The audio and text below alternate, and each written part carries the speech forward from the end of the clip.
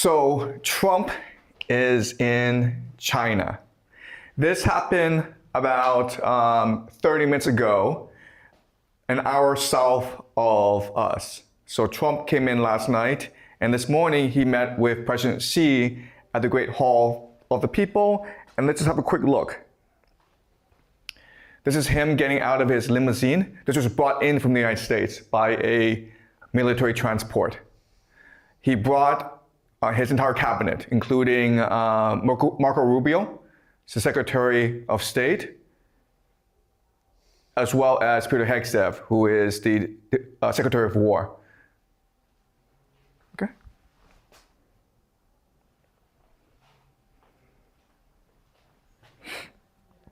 The last time an American president visited was 9 years ago, November 2017. So this is a very historical meeting. And as you may remember, after Trump visited Beijing,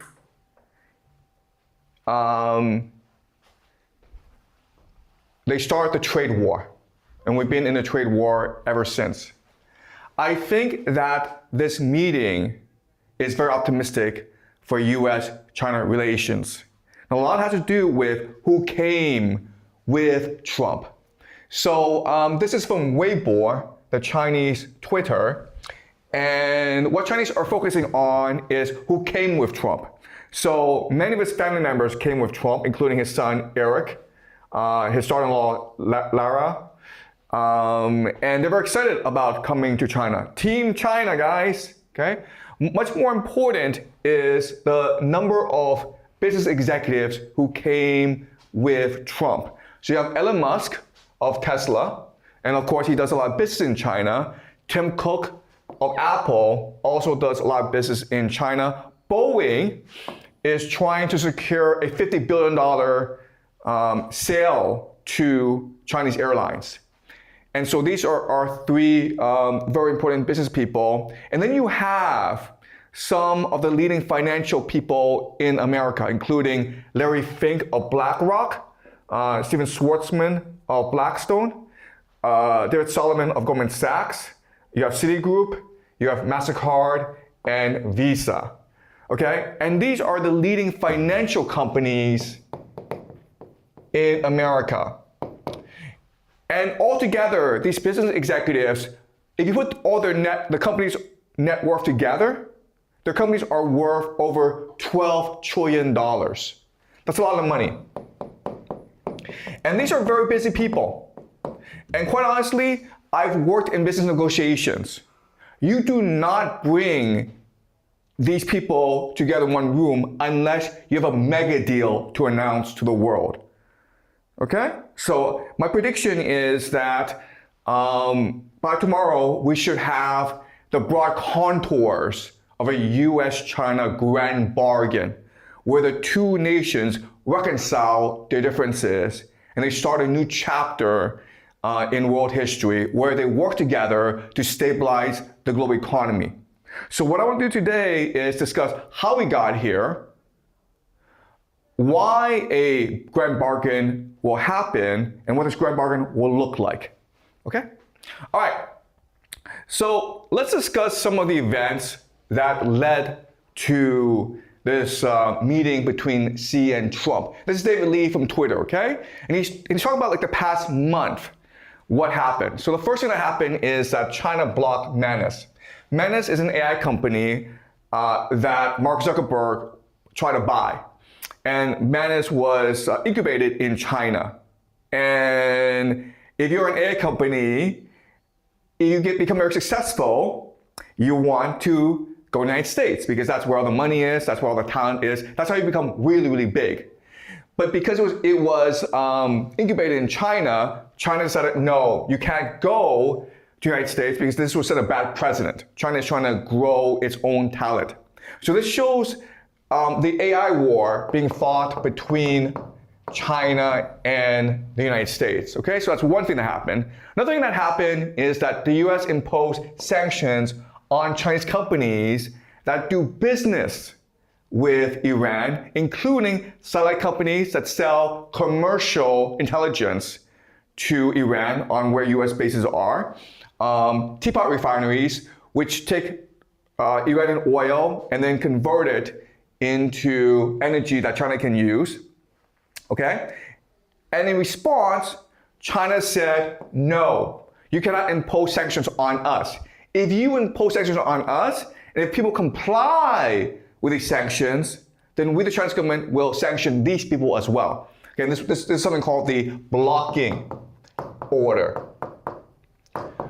And this also seems like an escalation in the US-China trade war, where previously Chinese institutions, banks, individuals complied with US sanctions. And this is the first time the Chinese government said to Chinese people, if you're a Chinese citizen and you comply with US sanctions, then we will sanction you. Okay, so this is a very big deal. NVIDIA was not able to sell chips into China, and this is going to affect NVIDIA's bottom line. Okay, NVIDIA is right now the world's most valuable company, primarily because AI depends on their chips. Okay, China invited Iranian Foreign Minister Araghchi to Beijing because China is very interested in the outcome of this war between the United States and Iran. Right now, Iran is blocking the Strait of Hormuz, and China depends on 50 to 60% of its energy needs from the Middle East. Okay, Jiang was not on the China list. Okay, so before Trump took off, it was announced that Jiang, who is the head of NVIDIA, would not come to China. And this is a very big deal because in this grand bargain, what China would want is access to NVIDIA chips, semiconductors, in order to fuel its AI. Okay? The United States and 6 other nations had a war game in the Philippines, and China sent 28 warships. Okay? Trump sent Iran an MOU. Iran made modifications, and Trump said no. Okay, so it seems like the war will only increase in the Middle East. After Iran had responded, China announced Trump's state of visit, and then yesterday and the day before, He Lifeng, who is a vice premier in China, and Scott Bessent, who's a Treasury Secretary, met in South Korea to try to negotiate a deal, okay? And then what's going to happen is that Putin will visit China after Trump leaves. So if you just look at what's happening, it seems as though there's still a lot of friction between the United States and China. What I want to show you today is that all of this you can just ignore, okay? This is all that's happening right now. But if we use game theory, if we just look at the broad contours of what's happening, we would make much better predictions as to what will happen, okay? So all this, I think, is just theater. All right? China and the United States are not actually fighting an AI war. It's all theater. They're actually working together to promote AI. These sanctions are happening, but eventually the US and China will come to a grand bargain and they will become much more economically integrated. And Iran, China doesn't really care about Iran. Okay? China cares first and foremost about the relationship with the United States. And one piece of evidence for that is that when Foreign Minister Araghchi went to Moscow, Putin met with him for 90 minutes. And Putin expressed his sympathy and support to the Iranian people. When Araghchi came to Beijing, he only met with his counterpart, the Foreign Minister Wang Yi. Okay? All right. Another important thing is that Scott Bessent is the one who is leading the US team in China. Scott Bessent is the Treasury Secretary. This goes against protocol because it's usually the Secretary of State, Marco Rubio, and the National Security Advisor, who also happens to be Marco Rubio. This team is the one that sets the agenda for the US-China visit. Because it's Scott Bessent, we can probably guess that this is probably going to be an economic negotiation. And the focus will be on finance. Basically, what America wants is for China to open up its financial sector for companies like BlackRock and Blackstone to come in to sell financial instruments to Chinese people, okay? That's what America wants. And we'll talk about more about this as we go along. All right, let's continue. Okay, so in the geopolitical landscape, it seems as though America is trying to contain China. So this is Taiwan, and this is what China's trying to do. China's trying to build a high-speed rail network from Beijing all the way across Central Asia and into Europe, okay? This is a land route that Beijing wants to take in order to maintain trade with Europe. As you can tell from this map, Taiwan is the pivot or the hub of this trade network, okay? Without Taiwan, Beijing could not access Europe. And then Moscow also sees Taiwan as very important as well for its north-south trade axis. Without Taiwan, Beijing is completely reliant on Russia. Beijing does not want to become reliant on Russia. Beijing sees itself as the third axis of power in the world. All right, you have the United States, you have Russia, and then you have China. From a geopolitical perspective, China doesn't want to become partners with either the United States or Russia. It wants to become independent. It wants to create its own sphere of influence. Okay, and that's why Iran is very, very important. So a lot of geopolitical analysts believe that Beijing is forced to support Iran in this war. And what I want to show you is that's not actually the case. All right? China may want to become independent of the United States and Russia, but it cannot actually. All right. Now, there's a rumor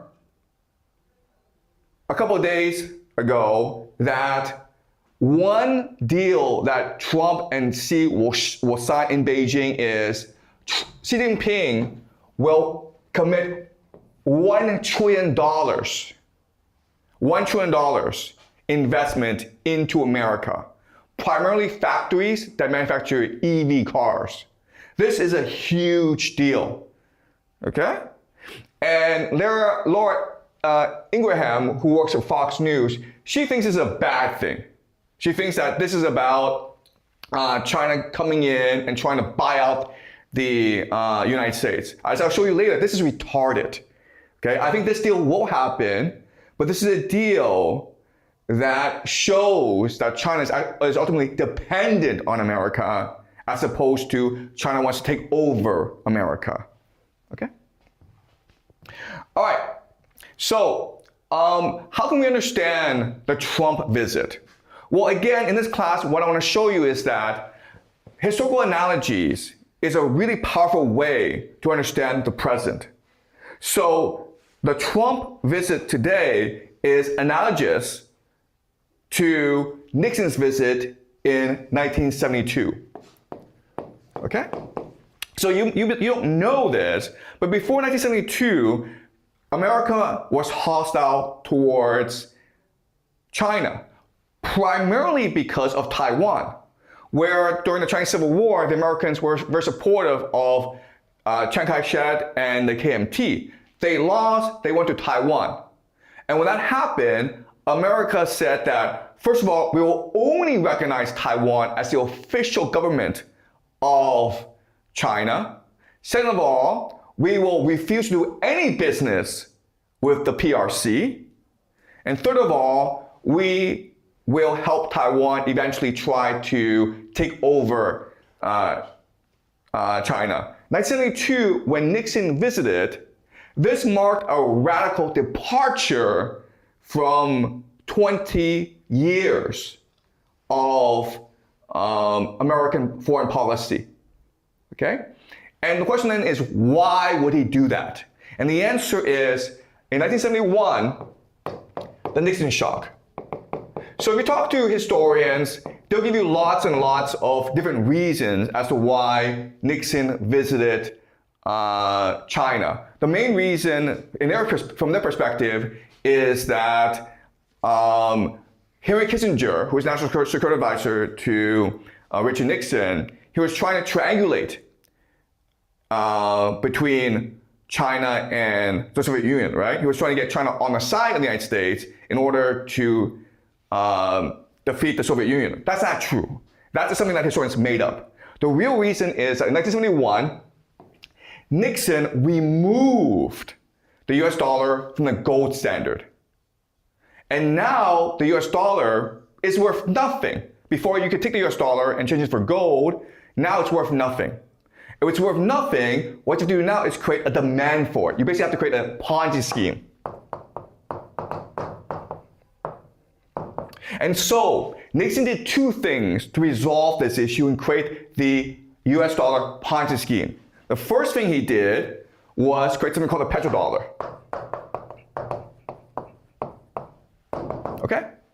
The petrodollar is where Saudi Arabia and other Middle East countries like Qatar, UAE, they only sell their oil in US dollars. So now, before the value of US dollars was tied to gold, the gold standard, now the value of US dollars is tied to oil.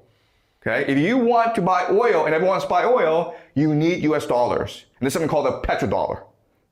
Okay, that's the first thing. The second thing, which is relevant to us, is China. Okay? Opening.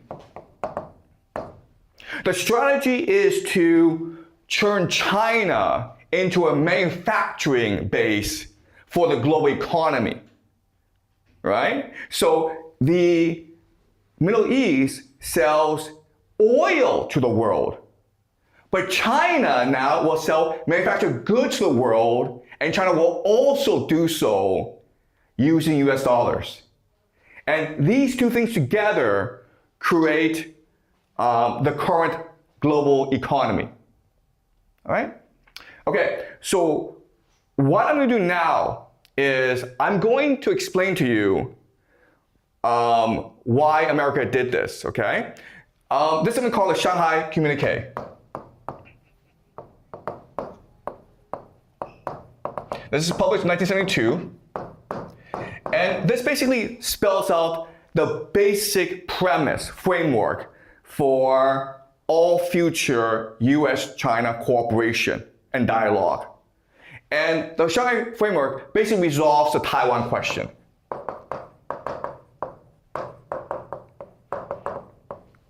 And with regard to the Taiwan question, America practices something called strategic ambiguity. Meaning,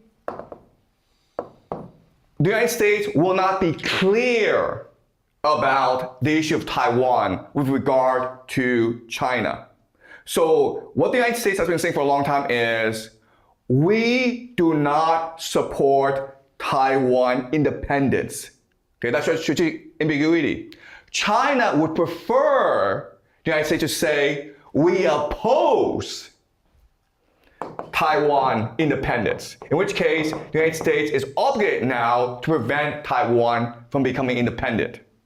Okay, that's what China would prefer, but the United States practices strategic ambiguity in saying, we do not support.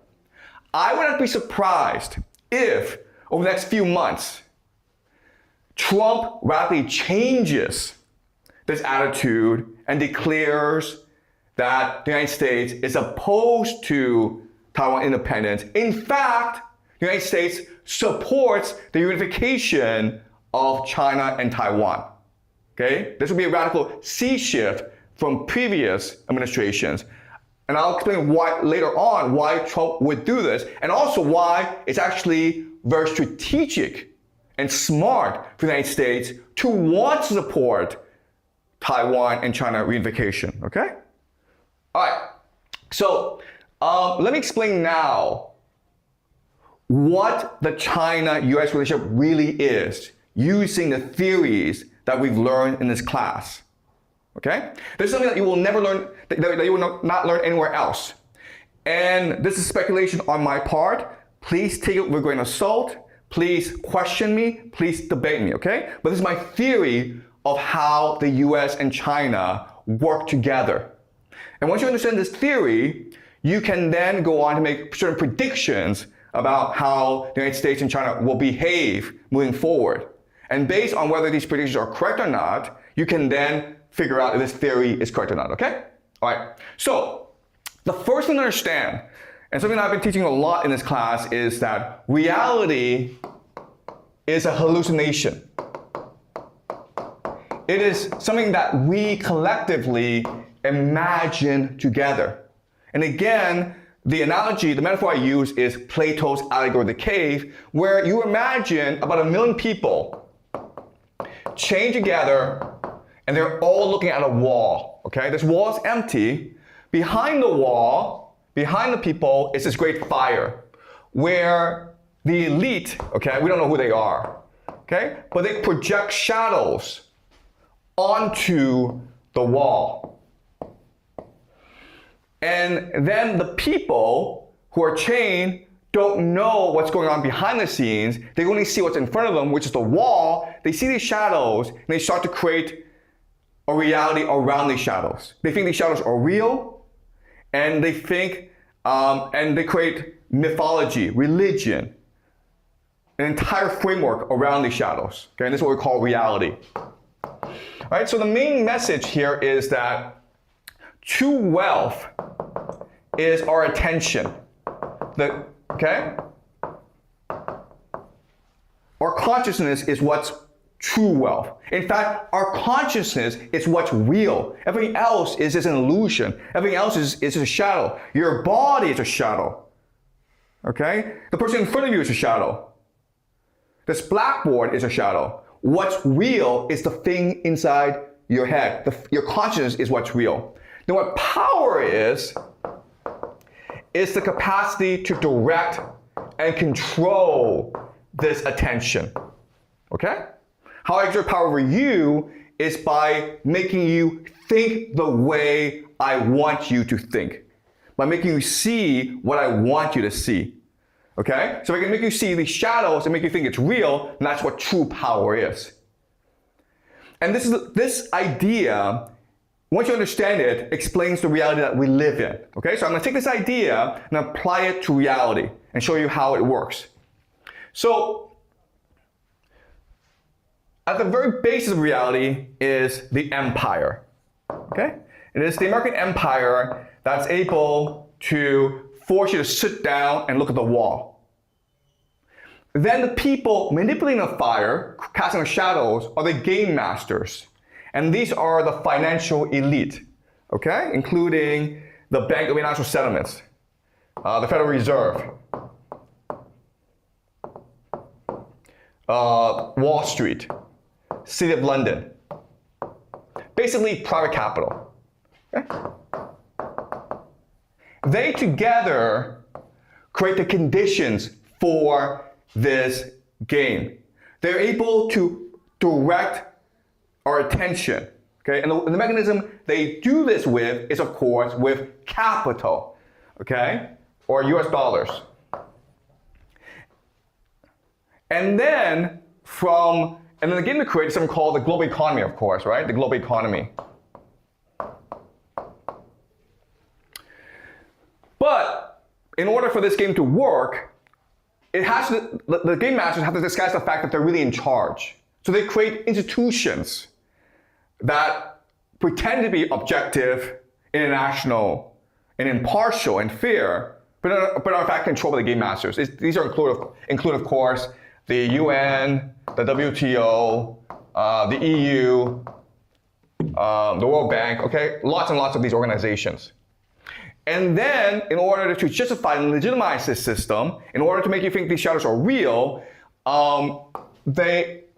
media, education, and culture brainwash you, indoctrinate you into believing this system is real, when it's all just a hallucination, okay? And then from this, of course, you have the legal system to enforce the system, as well as customs and habits, values, and norms. Okay, so this is an enforcement mechanism to force you to believe that the system is real. Okay? Media, education, culture brainwashes you to believe the system is real, and then you yourself want to enforce the system on others through customs and norms. Okay? Now, this is a very fragile system because it's all just a hallucination. So there are enforcement mechanisms, okay, that make sure this system is stable. And these enforcement mechanisms are crime, intelligence, spies basically, spy networks, and science.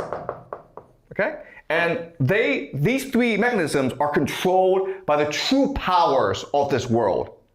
And they include transnational capital, basically private capital, secret societies, and elite families. And what binds them together, they're basically software. The operating system is what we call the occult. Okay? And we'll study more about the occult later on. All right. Okay, so this is how the world is designed. Again, this is all a hallucination. One thing that you don't appreciate about the system is that from this hallucination, I can actually project myself onto another force and create another hallucination. Okay? And that's what Richard Nixon did. From this system, in order to maintain the empire, in order to maintain the supremacy of the US dollar, okay, he created two new hallucinations. And they are the GCC and China. Okay? GCC and China. Right? So what underpinned this system before was gold. The fact that US dollar could always be exchanged for gold. Once that's gone, then you need to create two new hallucinations in order to disguise the hallucination, okay? So what happened was that over the next few decades, this system will transport itself and impose itself on the GCC and China. Okay? This system here. It will impose itself into the GCC as well as China. In other words, and this is really important for you guys to understand, China is a hallucination of a hallucination. It's not real. Okay, I'll explain more about this later on, okay? All right, so once this hallucination is imposed onto the GCC and China, this creates demand for the US dollar, okay? And this creates certain stability for the US dollar. And it made China very, very wealthy, okay? But it's all just an illusion. It's all just a mirage. There's certain problems with this system. First of all, China doesn't have any creativity, okay? Why? Because if you're a hallucination of a hallucination, there's nothing for you to base yourself on. Okay, you're a shadow of a shadow. That's the first problem. Second problem is wealth extraction. Okay? The idea here is that whatever wealth China creates has to return to the source. Because the people inside China appreciate that the renminbi, its entire value is based on the US dollar. So would you rather have renminbi or US dollar? Of course you want US dollar. Okay? And the third problem is the fragility of this system. Okay? Meaning that if this system, the hallucination is unstable, then China is even more unstable because it's a hallucination of a hallucination. Okay, do you understand? Okay, so once we understand this, then we begin to reassess what happened these past 10 years. Why do the United States and China fight this trade war? The reason why is that China believed that it could be independent of this hallucination. In fact, it could create its own hallucination. And the United States says, no, no, no, guys. No, no, no. You're going to be dependent on us. So then they started to fight this trade war. And once this trade war happened, what happened? A lot of money and people start to flee China and move back to the United States. Okay? And now what China has recognized is, okay, first of all, we can't actually leave this hallucination, because if this hallucination were to collapse, we collapse as well. So one thing we can do is actually to recouple, okay? To bind ourselves even greater to the system. Another way of saying this is that the global economy is under a lot of strain. There are two main beneficiaries of the global economy, the United States and China. So both are heavily invested in maintaining the illusion, the hallucination that is the global economy. Okay? And to appreciate how fragile all this is, think of the UAE. Okay? The UAE. The UAE, seen as though it was a very prosperous place, right? It had universities from America, like Georgetown, Cornell. It had people, the wealthiest people, flocking to Dubai. It seemed invincible. But the moment you attack the UAE, like Iran just lobs a missile at UAE, the illusion shatters. And now the UAE is gone. You understand? That's how precarious these hallucinations are. One hit at the right spot, the entire illusion is shattered. You can never bring it back. Okay? And so that's what China's afraid of now. So that's why China and the United States have to work together, because what's important is to maintain the nature of reality itself. The worst thing that can happen is if people wake up from this dream. Because if people wake up from this dream, everything collapses all at once. Okay? Does that make sense, guys? Any questions so far? Are we clear about this? Okay. All right. So now that we have this theory, let's talk about this idea concretely. Okay? All right. So the United States used to be the world's most powerful manufacturing country. Okay? So before it was the UK, then you have the United States. Okay? And the United States is in the blue. Right? And then China surpassed it. This is intentional. Okay? The intention is to use manufacturing to extract the wealth of China and transfer it to America. Okay, so now China is the world's most powerful manufacturing country, okay? And this is a map that shows it better. Okay, where China is now number 1, United States has moved on to number 2, Japan and Germany are pretty flat. This is intentional. The intention is to bind China to the global economy, to become dependent on the global economy, and therefore save the global economy when it's under strain. Okay, one major consequence of this of China's rise is the trade deficit between America and China. Okay? Unfortunately, this trade deficit is a natural consequence of China's manufacturing ascent. Okay? Why? Because the purpose is to force China to buy more US dollars. Okay? In order to support the Ponzi scheme. So this is a system that benefits the Americans. When Trump came into power in 2016, he said, no, it shows that China is taking advantage of us. And Trump doesn't really appreciate that. No, it was designed this way. You need to create demand for US dollars. If China is buying a lot of US dollars, that's a good thing, right? China's trading real assets, the energy of its people, for fake assets, which is just US dollars. Okay, so it's a great deal for America, but Trump said, no, this is a bad deal, and this was what led to the trade war. Okay, so what led to the trade war is the WTO. So in 1999, China negotiated to join the WTO, the World Trade Organization. And this is what's going to make China rich and the largest manufacturing power in the world. But in order to join WTO, China had to agree to a lot of conditions. The two most important conditions was protect IP, okay? You have to protect other nations' intellectual property, and you have to enforce it.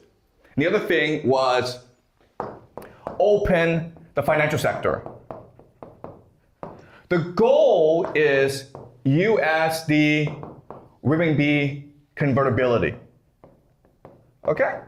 So these are the two things America wanted from China. First of all, to ensure that all US IP would be protected in China rigorously. Second thing is to allow any Chinese to convert their money into US dollars.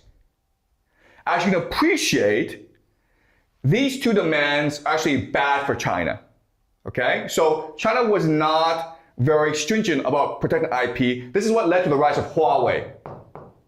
Basically, Huawei can take Apple IP and make these great computers. So in the year 2016, when Trump first came into power, Huawei computers were actually better than Apple computers because Huawei was constantly innovating and they were trying to make their computers as cheap as possible, whereas Apple was essentially a monopoly. Okay? And this led to the United States imposing trade sanctions on Huawei because it was too competitive against Apple.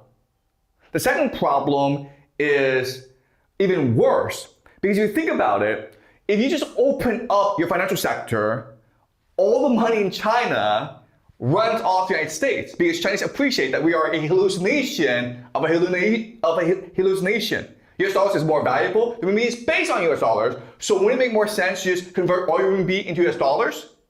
But then this would, of course, cause the collapse of the Chinese economy, right?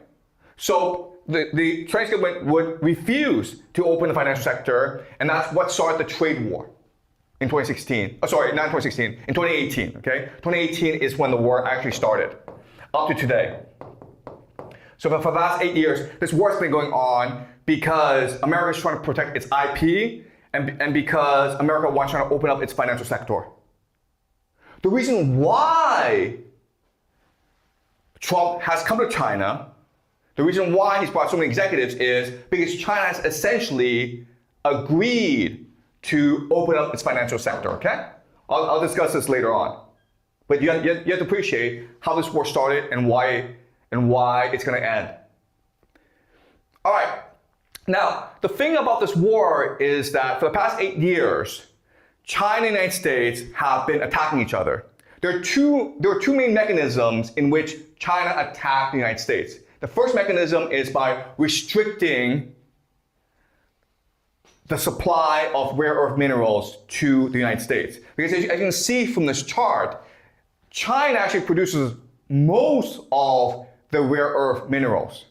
Now you may not know this, but actually rare earths aren't that rare. The problem is in the extraction.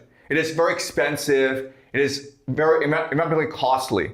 China is willing to pay these costs. The rest of the world isn't. That's why China has essentially a monopoly over lithium, cobalt, graphite, and other rare earths that the EV industry, the solar industry, the semiconductor industry are heavily dependent on. Okay?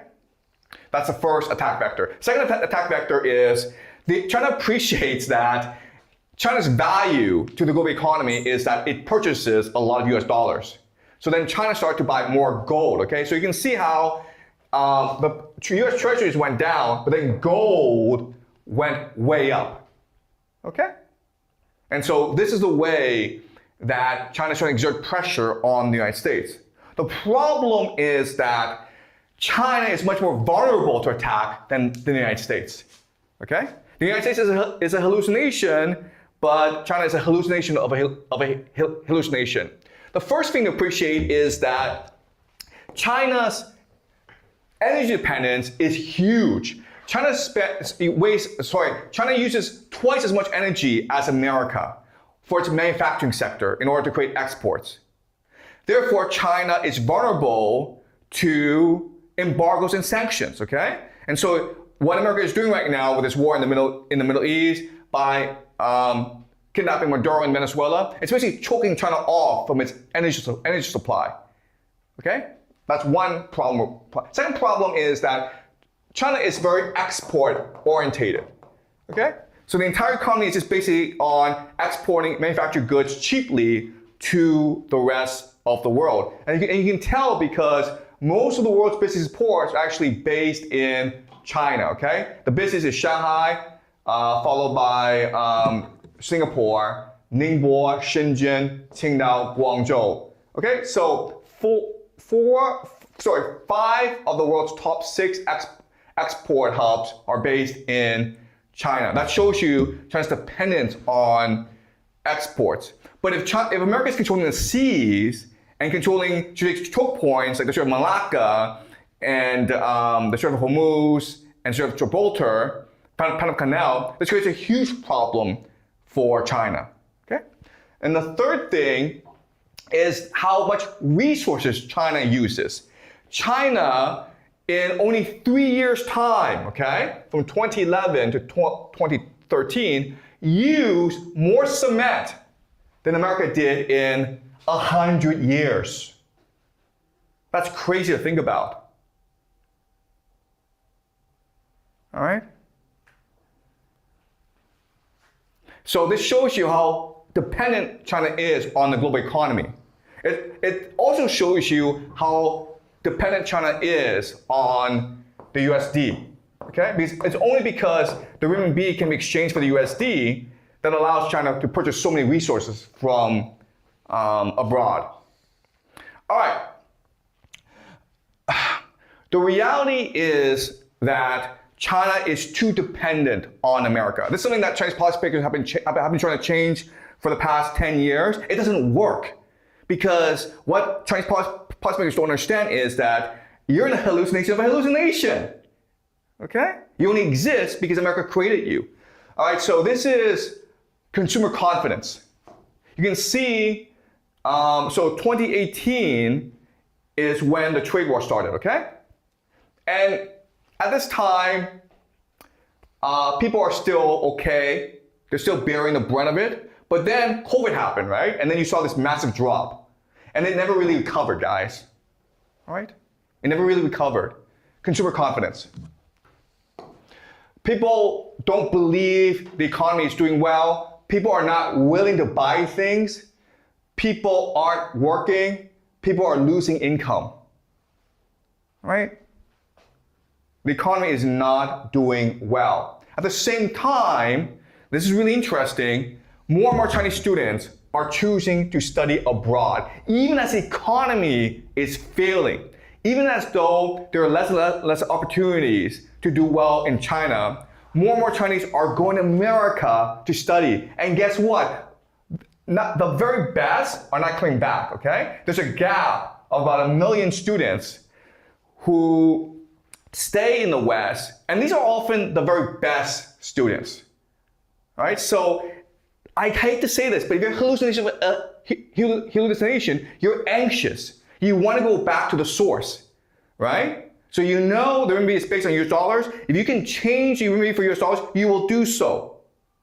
If you can flee the country, immigrate abroad, you will do so. All right, this is a pretty stark data, okay? So this shows you the current account balance. Current account just basically means how much Chinese have in the bank due to trade. This is the trade account, okay? How much Chinese actually traded. The blue tracks the current account, okay? How much Chinese have in the bank because of the trade. The red tracks the actual trade, okay? As you can see, for most of China's history, up until about, 2022, it tracks pretty closely. But starting in 2022, there's this divergence. A huge divergence. It's about $500 billion a year, guys. Why is this happening? Capital flight, money laundering.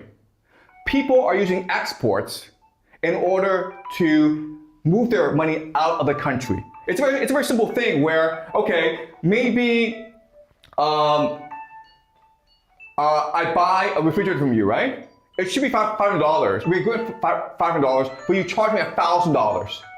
Why? Because then you take the $500 and you put that money on my behalf into a US real estate. You buy property or buy stocks from me, okay? Does that make sense? This is all just money laundering. Okay? So in other words, what's really driving China's export mania, a lot of it is just money laundering as people try to flee the country. Okay? So this is not good for China. All right.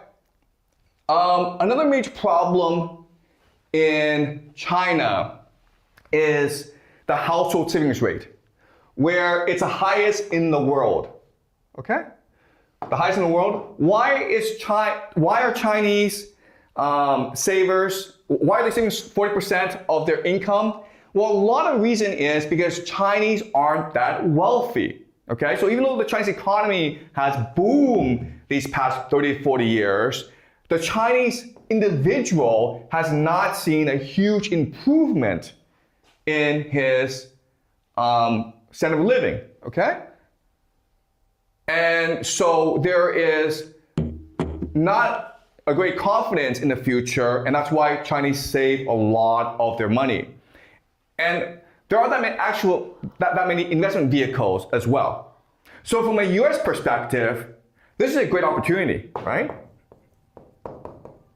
If Chinese are saving all this money, if you're a financier, if you're like Blackstone or BlackRock, you're like, why don't I give it to me and I'll invest the money for you and give you bigger returns, right? This is why they're here in China, because they want this. They want all that capital stored in Chinese banks, not doing anything. They're like, give it to us and we'll make you more money, okay? All right. So this shows you the capital account. All this is saying is that you can't actually convert your RMB into other currencies. So most countries have full open capital accounts, okay? The black is most countries. The bottom quarter of nations have closed accounts, and China is part of the quarter that have closed accounts, okay? So Chinese can actually take their money and leave the country. Okay, so the other thing that I want you guys to understand is, from a US perspective, there's still a lot of potential in China. And the reason why is China still has a lot of debt capacity. Debt capacity just means your ability to carry debt. Why? Because China doesn't have much debt relative to other nations. Look at this, okay? China, in terms of like assets and liabilities, don't have much invested abroad. You compare that with like other countries like Japan, United States, Germany, United Kingdom. They have a lot invested abroad. China doesn't have that much invested abroad. So in theory, you can encourage the Chinese to buy more things abroad, which would help the global economy, right? In theory.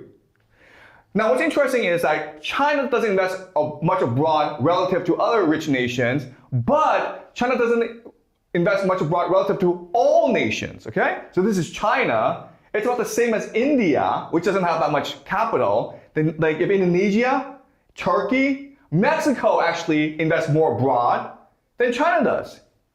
Brazil, Russia, Saudi Arabia invests a lot. South Africa invests a lot more than China.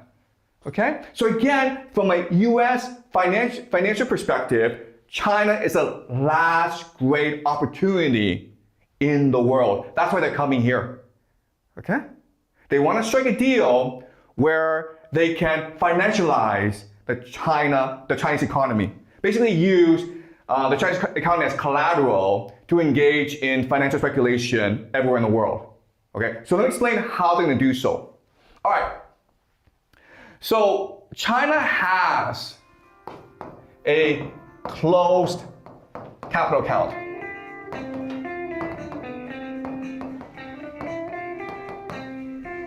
Why do you have a closed capital account? Because you know for a fact that if you open it, Chinese take the RMB and convert it all into US dollars. All right? And that causes your economy to collapse, your banking system to collapse. So what's the solution here? Okay, first of all, we need to understand something, and this is like really important for you guys to appreciate.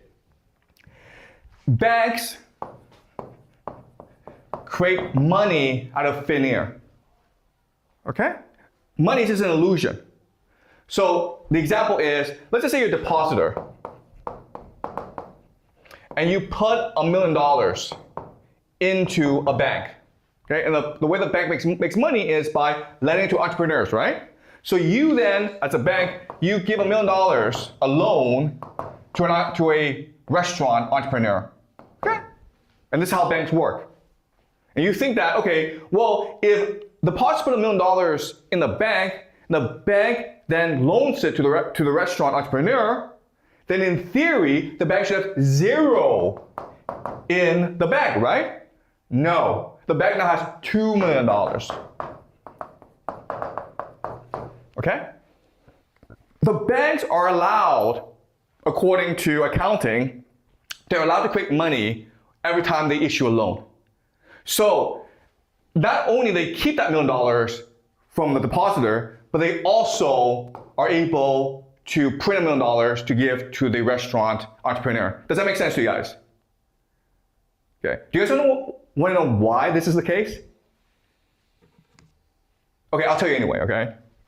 All right. Okay. So before, what were banks? Banks were just merchants, okay? A merchant alliance. Why? Because merchants needed capital in order to trade. So they came together and they created their own bank. Okay, so they were an alliance.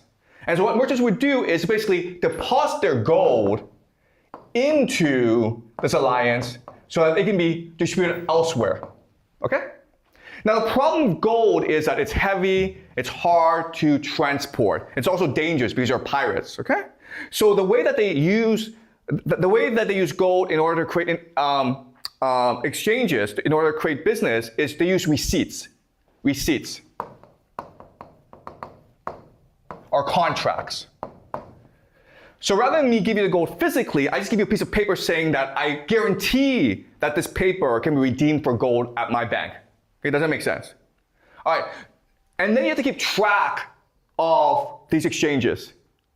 So they create something called double entry bookkeeping, which is basically assets and liabilities. Okay, and that's double entry bookkeeping, something that we still use today. So let's just say I have $1 million in gold. Okay, well that's easy. I just put it into assets, right? Okay, then someone comes and says, I need to borrow $1 million of gold. I'm like, fine, I'll give you a receipt for it. Now the problem, my problem is, do I put the receipt in liabilities or assets? Assets, of course, right? And that's how the system works. And so it's a system we still use today. That's why banks are allowed to create money out of thin air, because of double entry bookkeeping. Okay, are you guys clear about this? Yeah? Is it because that the banks have powers to print money when they make loans, or because I think like if some people deposit their money into the bank and the bank need to give it back, so it might be like into the liability.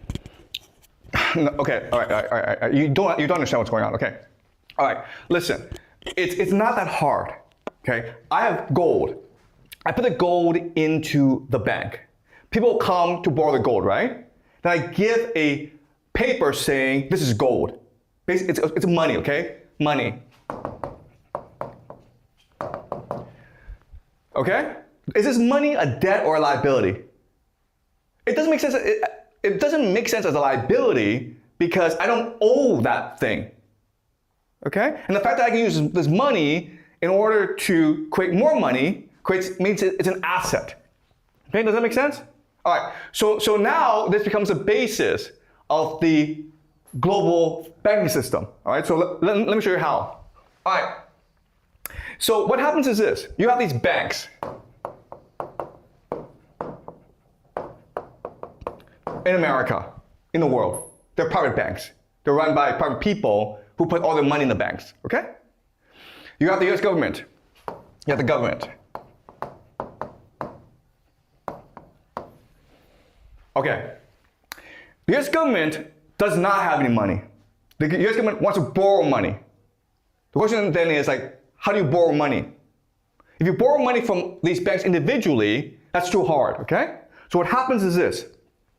What happens is, in 1913, the banks got together and created something called the Federal Reserve. All right? Federal Reserve, it's not hard. It's just a cartel of private banks in America. Okay, do you understand?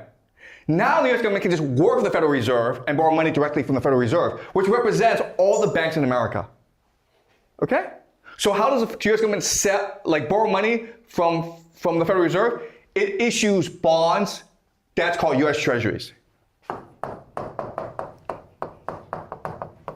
Okay? So the Federal Reserve can print money to buy US Treasuries, and then this money goes to the US government, and the US government can then pay for expenses. Okay, does that make sense? All right. Now, this system is fine. The problem is that the US government spends a lot of money. It fights wars, it wants to send men to the moon, it wants people to have a good life, okay? So today, America has $39 trillion in debt. And you're like, well, who cares? Well, the problem is this. The problem is the interest rate, which is about 5%. Okay?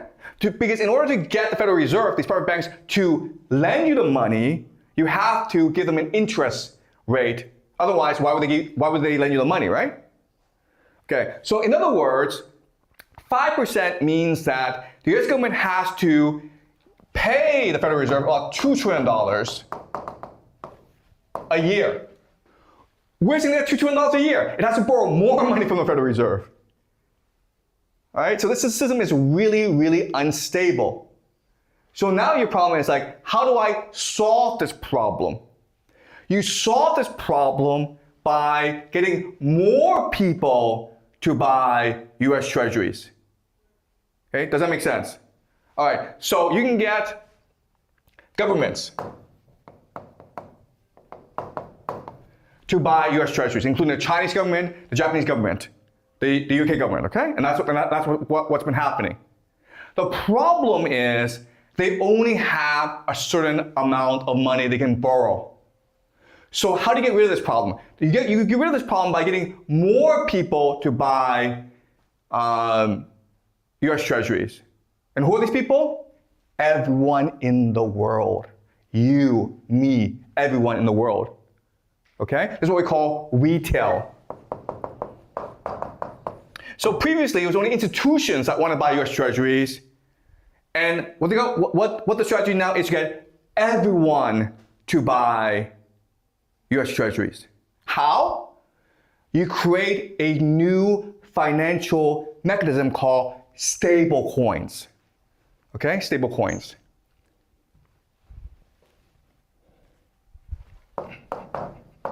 And the two most popular stable coins are something called Tether and Circle. Okay? And the idea is very simple. The idea is stable coins are backed by US Treasuries. Meaning, Tether and Circle have to buy US Treasuries in order to sell stable coins. And then you can sell stable coins to anyone and everyone. Okay? Including in China, which has 40% savings rate. How? Through institutions like Apple, BlackRock, Visa. Okay, does this make sense? Now you get around the problem of the closed capital account. Closed capital account means you cannot use renminbi to buy US dollars. But with stable coins, you can now use renminbi to buy Tether or Circle. Do you understand? Okay? So now what the US government is going to do is they're going to transfer that debt onto the Chinese people. Okay? Okay. And so you're like, okay, wait a minute here. $39 trillion is a lot of money, man. Chinese people don't have $39 trillion. America will never ever get rid of this debt, okay? But there's a mechanism America can use to control this debt. And this is called financial repression.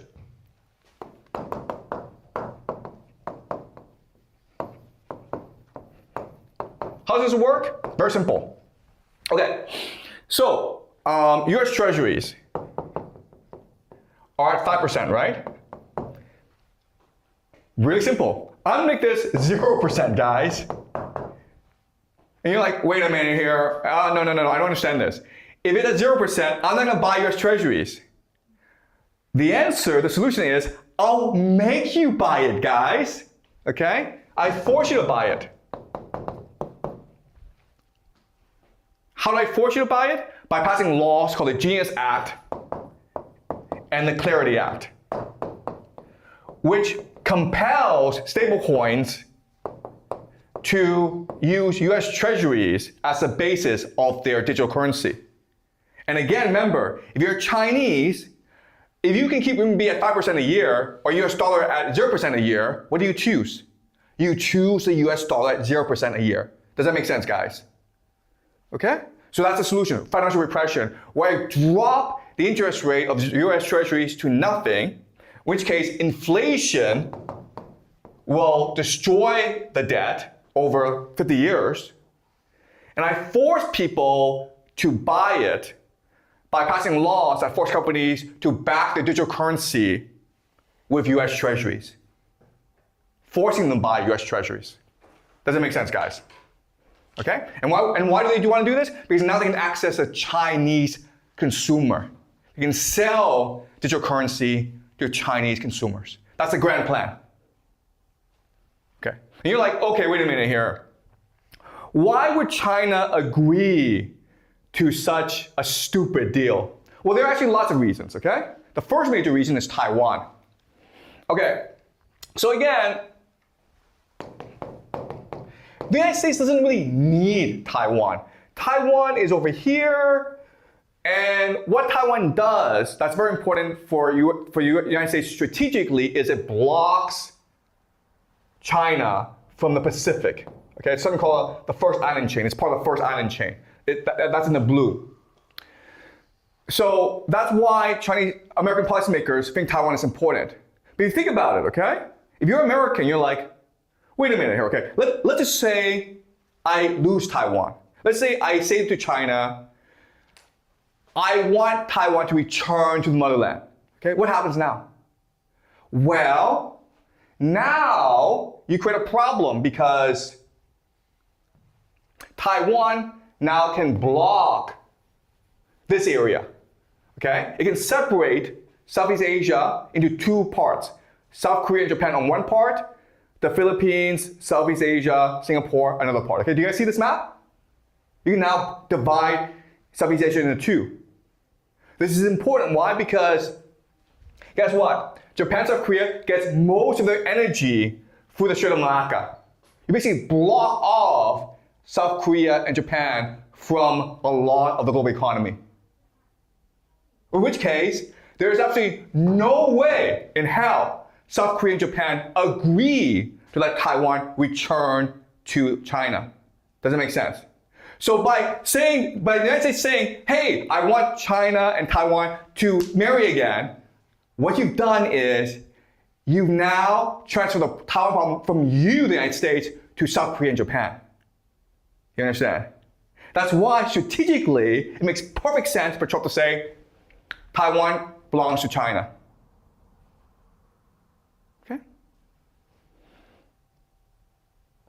Okay, So Taiwan issue problem is solved. Now, there's another issue in that China, as we discussed, is very dependent on energy and food from South America, okay? So you can see, this is South America. And you can see all these projects in the yellow that China is building, okay? So the pink is something that's already built or under construction. The yellow are planned. These are huge projects, okay? So what America has done is basically taken over Venezuela, okay? And Trump announced this, like I think 2 days ago. We're gonna make Venezuela the 51st state. Well, why would he want to do that? Because now he blocks China from South America. And if you look at this map, this tells you energy supply, okay? So there's this war in the Middle East, which means that the Middle East you can forget about. So China now can get energy from Russia or the Western Hemisphere. China doesn't want to depend entirely on Russia. China will buy more Russian oil, but it does not want to become entirely dependent on Russia. Also, Russia cannot actually meet all of China's energy needs, okay? So now China is forced to negotiate with the United States to have access to the Western Hemisphere. Does China care? The answer is no. China only cares about stability and price, stability and cost. I want to get things at a fair price, and I want this to be a stable and predictable relationship. If I'm China, I would prefer if America control the entire Western Hemisphere, because now I can just negotiate with one government as opposed to like all these other governments, many of whom are corrupt. Does that make sense, guys? So would China agree to this? Absolutely. China has absolutely no problem with America controlling the Western Hemisphere if it means stability and cost are controlled. Okay? Does it make sense to you guys? Okay, yeah? But does China holds attitude like about America controlling Venezuela because like using morals, like they said they conquer. No. But will they do this? China doesn't care. Guys, don't talk about sovereignty, rights, morality in this class, okay? It's all game theory. I don't care about these things.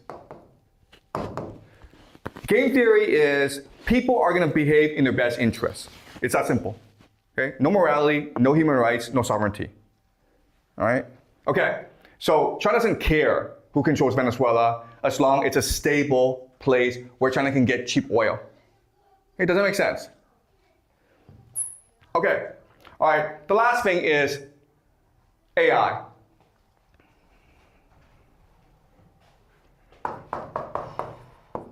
Okay?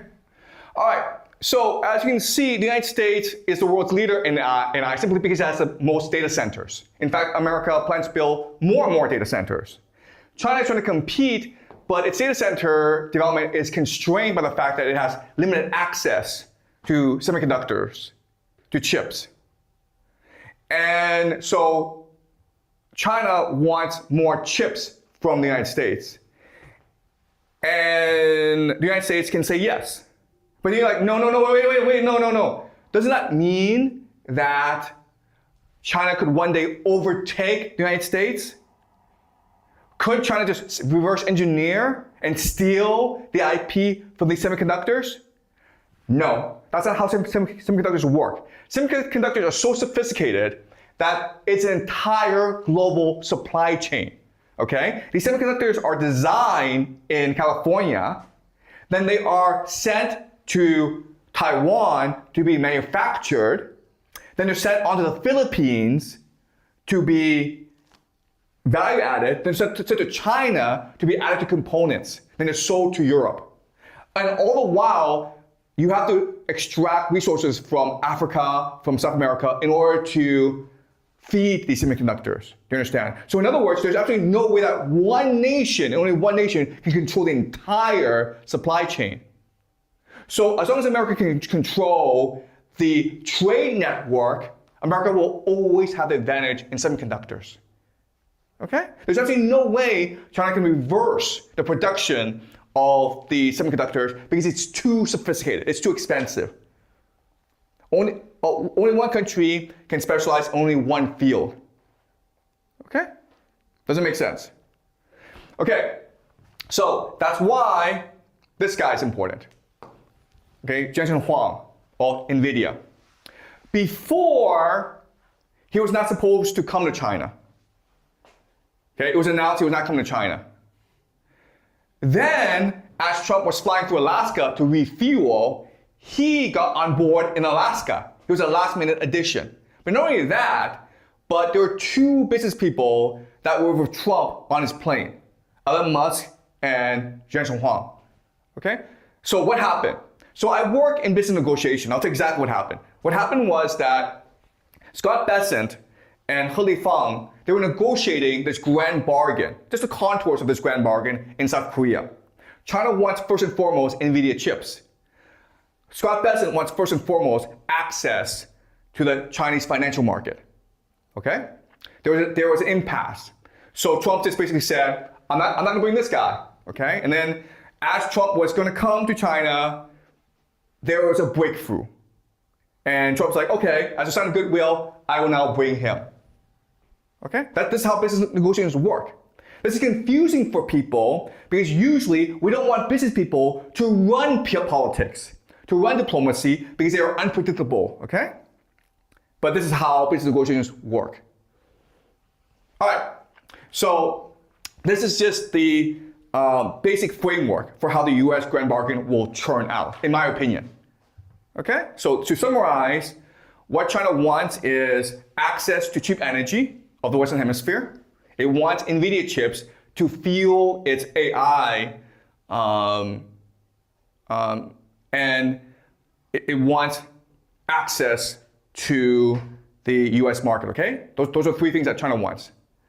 America wants access to Chinese financial markets. Basically, it wants Chinese consumers to buy stable coins in order to finance the US debt. It wants to better control China's AI development. Why? Because with AI, China and America are not competitors, they're partners. Because as I told you last class, the entire point of AI is to create a surveillance state. Okay? Now, America has technology, but China has a lot of people, and there's no privacy here. So in other words, what America can do is use China as a lab in order to test out surveillance technology that it could not test out in America. Okay? So America wants access to China's AI market. And the third thing that America wants is Chinese manufacturing.